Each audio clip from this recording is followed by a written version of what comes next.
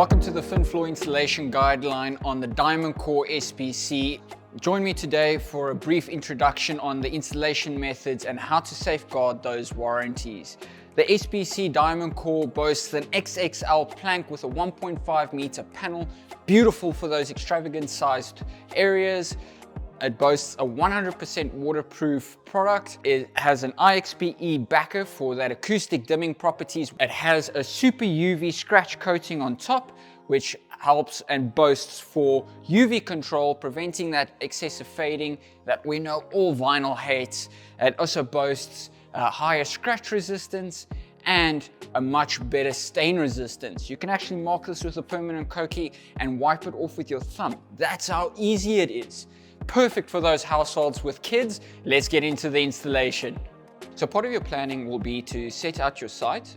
It's always good practice to pin stack your product the day prior to make sure that it acclimatizes properly to the environment. Don't store it in the garage, but preferably storing it in the room of installation.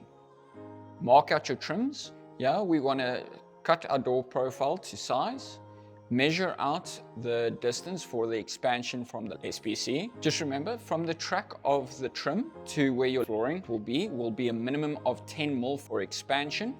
Once marked out with your dowels, where the dowels will be going, we will then use a 6.5 millimeter drill bit to drill for the dowels to slip in and secure the trim. Once you've drilled for the dowels, please use your vacuum cleaner to suck out any dust so that it bonds properly with the anchoring cement that we'll put in at the end of the installation.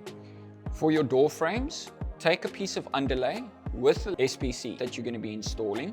We're going to scribe a line on our door frames. We're going to then use our multi-tool. You can use the SPC as a guide as well. We will then make sure that the blade of the multi-tool can cut through mild steel, and we will take it nice and slow and eat through the door frame. Take a chisel and a hammer just to tap out any extras that needed. That's a pro tip. And make sure that the SPC can pass through freely without any catches underneath the door frame. This will allow the flooring to expand and contract freely under the door frame without any unsightly fillers, which can prohibit it from jamming and pushing up later.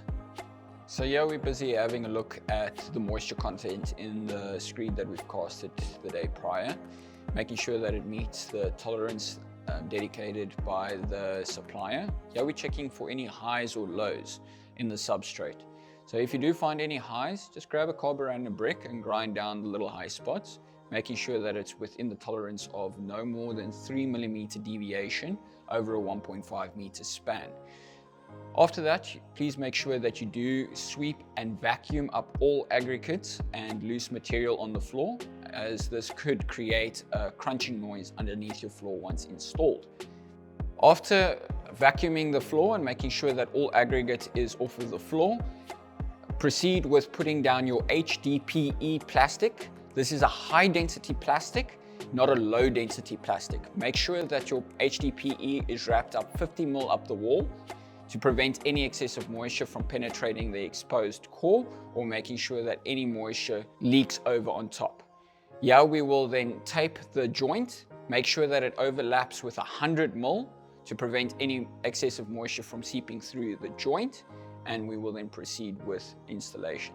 We start off with marking out the floor first, so we will roll the header from left to right. And this is to make sure that we meet the minimum requirements of the filler that will go in last. No less than 50 mil, as anything less than that will have too little structural integrity and your floor panels might pull away and your floor will fail. I measure through and make sure that it's more than 50 mil.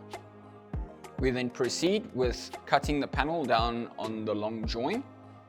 Make sure that it's got a 10 mil expansion by the wall. I scribe and I pass to my colleague to cut.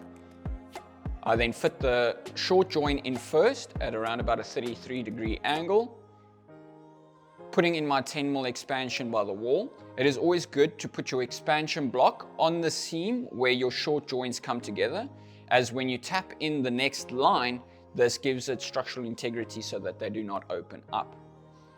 We will then fit the first board long join first and proceed to the second panel where we fit the short joint first, tapping in the furthest corner from the short joint and then proceeding by fitting the corner closest to the short joint.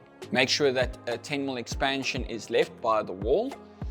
Be sure not to overwork the joints when clipping in the short joint, as overworking the joints will create a hot wire effect and will snap the short joint locking system, which will make your floor open up and fail. This is a lot thinner than what a laminate would be, so please take care when fitting in the short joints. Once done, repeat until you get to the filler. Thank you for joining us with this installation guideline on the SPC Diamond Core flooring. For extra tips and tricks, please visit our website at finfloor.co.za, and please take care to read through the installations provided with each box inside and at the back to make sure you safeguard your installation. Enjoy your new SPC floor.